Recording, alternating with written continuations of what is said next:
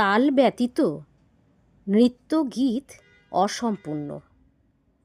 তালের স্বরূপ প্রকাশ হয় তবলা বা পাখোয়াজে এবং তবলা পাখোয়াজের ছন্দবদ্ধ সঙ্গতে নৃত্য কিন্তু সুসম্পন্ন হয়ে ওঠে।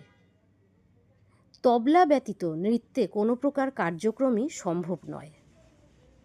অতএব তাল নৃত্যের সহায়ক এবং পরিপূরক। নৃত্য হচ্ছে তালের অধীন। সকল সঙ্গীত শিক্ষার্থীকেই কিন্তু তবলা সম্বন্ধে একটু জ্ঞান থাকা দরকার। কারণ নৃত্য গীত এবং বাদ্য এই যে সঙ্গীতের তিনটি বিভাগ, তিনটিই কিন্তু তালের ওপর প্রতিষ্ঠিত। প্রত্যেকেই কিন্তু পরস্পরের পরিপূরক। বাদ্য ছাড়া যেরকম গীত হয় না, এবং নৃত্যও তাই বাদ্যের সঙ্গে অঙ্গাঙ্গিভাবে জড়িত। নৃত্য গীত এবং বাদ্য তিনটেই কিন্তু একে অপর